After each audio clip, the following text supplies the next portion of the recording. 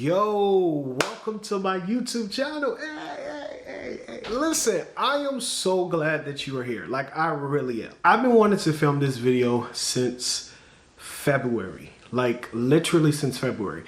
It is now November. So that should tell you what kind of year it's been. But nevertheless, whatever. Let's get into it. So, back in February, I turned 30. Thank you. February 14th to be exact. And to be honest, I still feel 18. Like, I still feel like I just turned 19 yesterday, but that's okay. I wanted to do this video. I just wanted to talk about 7 things that, I have learned, that I am learning, at age 30, and things that I learned in my 20s. And so hopefully these 7 things will bring you value. Here we go. So number 1, your unhappiness will confront you. I don't know what it was about turning 30, but this year has literally been about me confronting my unhappiness and confronting my reality and just asking myself, where do you want to be? What do you want to do? Why are you not there? What is it going to take to get there? My sister, my oldest sister, who lives in Atlanta, she commented one time, she was like, yo, it is 30, it is go time. And I could not agree with her more. Something about 30 gives you that sense of urgency for life, for purpose. That's like, yo, let's bust a move. I think what happens, I know for me especially, what happens in our 20s is, I think what helps produce that stagnation is that in our 20s, we are on this journey and we have this notion of finding our purpose. And so for some of us, it's clear. It's, so some people know, what they're supposed to do, what they're called to do. Like, I had a friend in high school who wanted to become a teacher. And I remember that's all she used to say. I want to become a teacher. I want to be a teacher. And she went off to school. She became a teacher.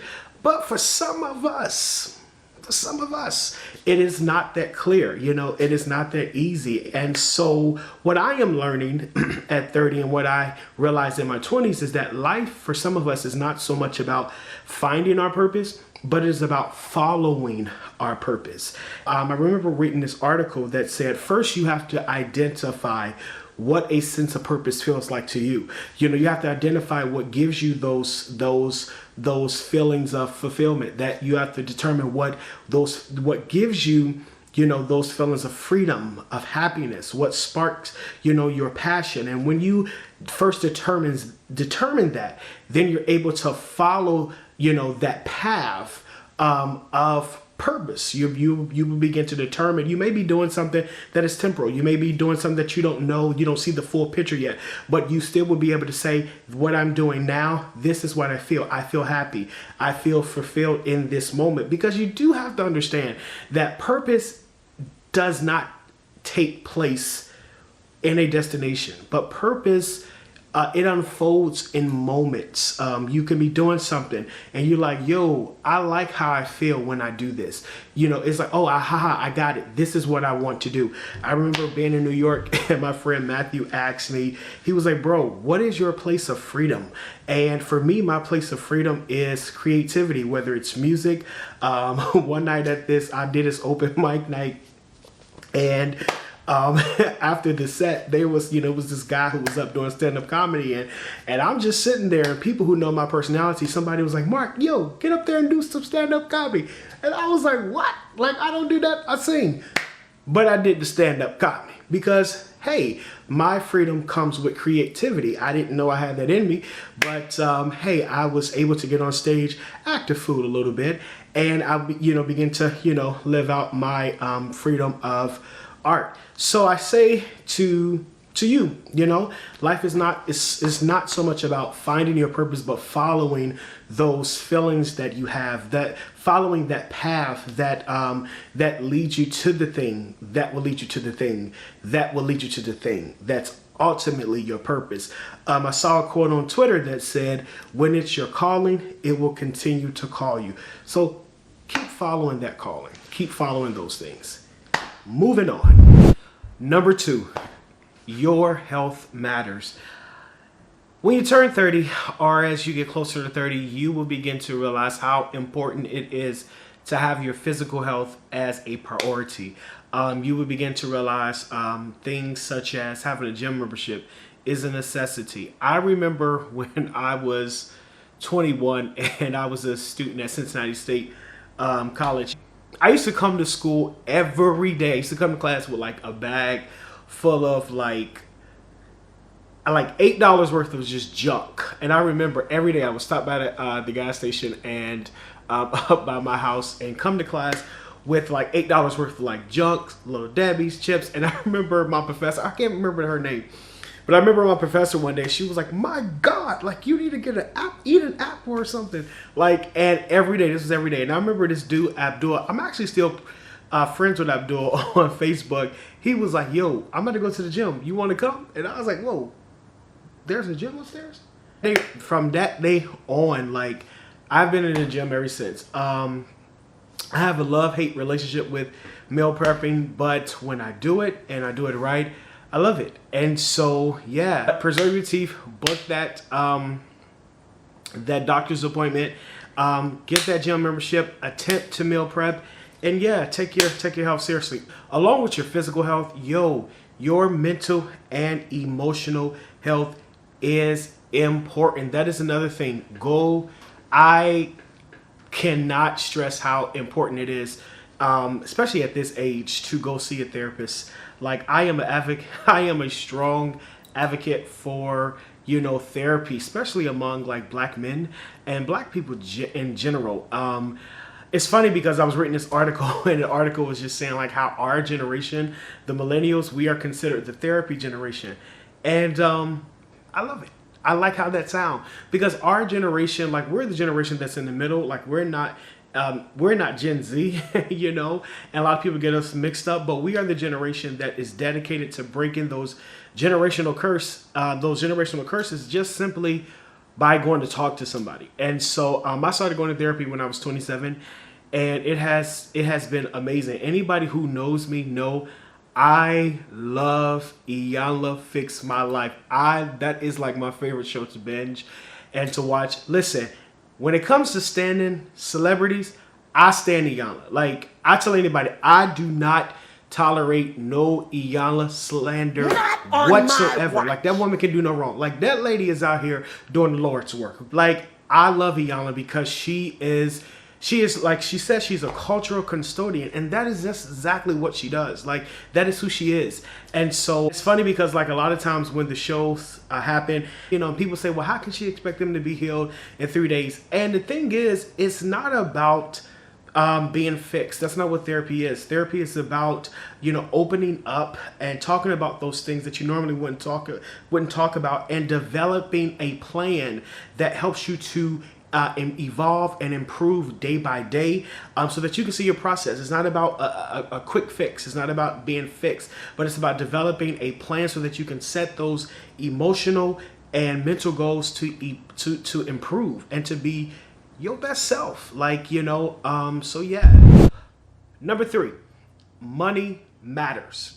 Now, I know they say, money can't buy happiness, but listen, if you are passionate about being able to eat and afford groceries and being able to, pay your rent on time, you understand. Like, at 30, you begin to understand the importance, of, learning. I don't profess to be a Dave Ramsey at all, but it starts with the desire to learn, the desire for financial education, learning about and using the savings account, retirement, investing, and how.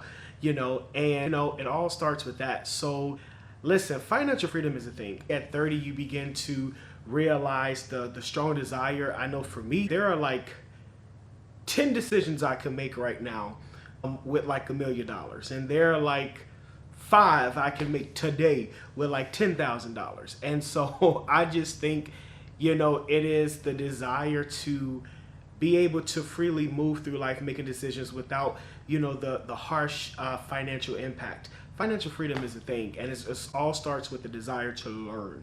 So yeah, money matters. Number 4, good friendships expire. I'm learning that even at 30, as life changes, your friendship changes, And that is okay, even the good ones. Sometimes you realize that you're only friends with certain people because of where you are in your life at that time. Like because of a job or, because of school. A few years ago, I used to work a job and I used to work at a fitness center, and it was like a team of us at this job, like about 15 or 20 of us. And a lot of us were in our 20s, we're in our 30s. And I created during that time some of the most meaningful relationships with those group of people. It was during that time that those were the people that would support me the most as it relates to my music, as it relates to coming to shows. They were actually the ones that pushed me to do music, take gigs outside of church. I could say I was having a show and I had people calling off work. I mean, there were people that would show up. There were people, they would text me, like after work, like, hey, yo, like, when's the next show? So like, that was a very, very good time in my life because there is nothing like support. And I considered those, people at that time, friends. Even like turn up moments, like even like most of my turn up moments in the past few years, have been with those guys from my coworkers, from my job. Like, now it's like if I wanted to go out and turn up, it's like, who can I call? But never mind. You get the point. But that is okay. Your friendships will expire, and that is okay. It is time to move on. Each person that you meet give you a lasting, meaningful lesson that you can carry on. Then on the flip side of that, you have people that you may have been friends with longer, like from high school or people that you grew up in the neighborhood with. And I believe that the true test of a genuine friendship is being friends with someone that allows you to evolve and that allows you to be who you are now. People that I went to high school with, a lot of them, they see me as like, oh, you're so funny, and hey, you're just a jokester. And it's funny because my true friends, like the people that are actually close to me, they know like I am very like introverted. Like I am introverted to my core. Sometimes I can be shy in this. I'm mostly, a person who just likes to be left alone sometimes. And it's funny because when I was in high school, I was always like loud. I was always like cracking jokes. I was always, just acting the fool, just a class clown basically. And I remember this time, and it's funny because a lot of times when I run into people from high school, they treat me like, say something funny. Like, yo, I am 30 years old out here trying to pay my rent on time. Like, I ain't got time for jokes. But it's funny because I had walked in this bakery one time, and I walk in, and a lot of people expect me to walk in like, hey, I'm here, yeah. And that is not me at all. So I walk in, and the girl at the counter was like, yo, I remember you. Like, you used to run down the hallway and you sung to me, and you used to run down the hallway sing something. I remember, I don't even want the donuts now. And I was so embarrassed because it's funny because like my real friends, like they know like how introverted and I can be. And it's funny because I can have a show, like I can have a show the night before and be on stage like, yo, hey, yeah. And then get to work the next day and be on the Zoom call when there's, and be like, please do not call on me, please. And then let them call on me. I'll be like, oh, I'm melting, on the other end of the screen. But a lot of people don't get to see that side of me because they feel like, oh, you're always joyful or you're always funny. But my real friends know, like they know that side of me. And so, it's good to have friends that accept you for who you are currently, and then they don't hold you to a certain version of yourself that is no longer valid. They allow you to evolve. They allow you to basically grow up. Number 5, wine is top tier. That's all. Number 6, death will change you. When you are younger, death is like a painful memory. But when you are 30 and closer to 30, death is more like, it's like a wake-up call. It's like an alarm clock, if you will. I remember when I was 24, there was this saying that I remember I had quoted on this picture once, on my birthday picture, and it was like, I'm old enough to know death, but young enough to believe I'm going to live forever. Yo, that is not the case at 30. Like, you understand, like at 30, like death at 30 and closer to 30, it is the introduction to understand that life is about changes. There was this lady at my church earlier this year that I left my old church, and it was a lady that she was a very strong musical figure in my childhood, as it relates to, you know, church. And she passed earlier this year, and it shocked me so much. I just could not wrap my mind around, like, wow. Like, I'm so used to going back to my old church and, you know, like seeing her, you know, when I would visit. And I think what it is that we inadvertently have this sense of entitlement, if that makes sense, where we feel like, oh, this person will always be here, you know, or you know, my parents would always be young, or, you know, and it's almost like, I think we've all have worked retail. We've all have worked like a fast food job, and you know how you leave that job, and then, you know, a year later you go back in, you're like, well, I'm gonna stop in because I know the people that still work there, and you still see them, or you like, I'm gonna go in and stop in here and use the restroom. I used to work here at this, you know, this place. I'm gonna go in and, you know, you see the people that still work there, but you know, and then you go in there one time and you like, whoa, so it's not here anymore.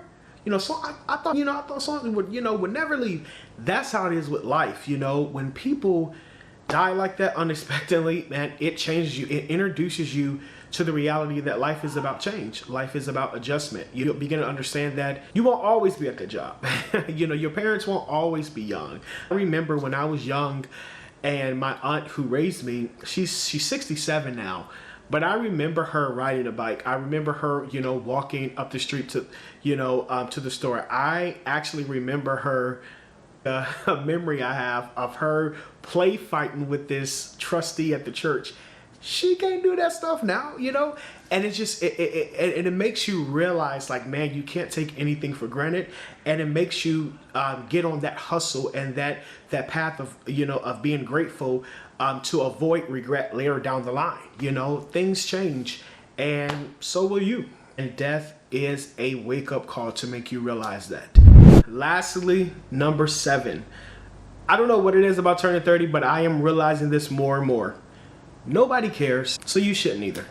Listen, I think we all have experienced living in fear of judgment, you know, living in a space where we're afraid of what other people think about us. But, you know, 9 times out of 10, people really don't care. And it's funny because Gary Vee has this saying that shifted my perspective. He said it's not whether people care or not, it's about how long they care. And, you know, it's like when a celebrity died, we stop, you know, our day, you know, for like an hour, or, you know, for that day, or, you know, maybe for that week. And, you know, we grieve, we post, you know, pictures. And then the next day, the next week, we're on with our lives. That's how it is. And so I am learning at 30 not to let the fear of judgment, the fear of people's opinion stop me from living my best life, you know? Yeah, so people they really don't care. Like, because people have their own things. Like, people have their own things that they're battling with, that they're working through, you know, they have their own things that they're trying to achieve. So nobody really cares. So you shouldn't either. And I'm learning that. Yo, so what's next for me? So what is next for me now that I am 30, about to turn 31? You know, I am working on building this YouTube channel. So please like, subscribe, and comment. Comment down below. Let me know, you know, your experience, where you were when you were 30, or, you know, what are you feeling if you were about to turn 30, or just in general. And then also, I have a huge desire right now to possibly relocate. I think that's what I'm looking into. I don't know just yet. And then also, I want to finish school, so that's what you know, I want to do that as well. Also, as far as my music, I am still gigging. I am going to be posting some covers on here, and maybe some like 60-second covers, and yeah.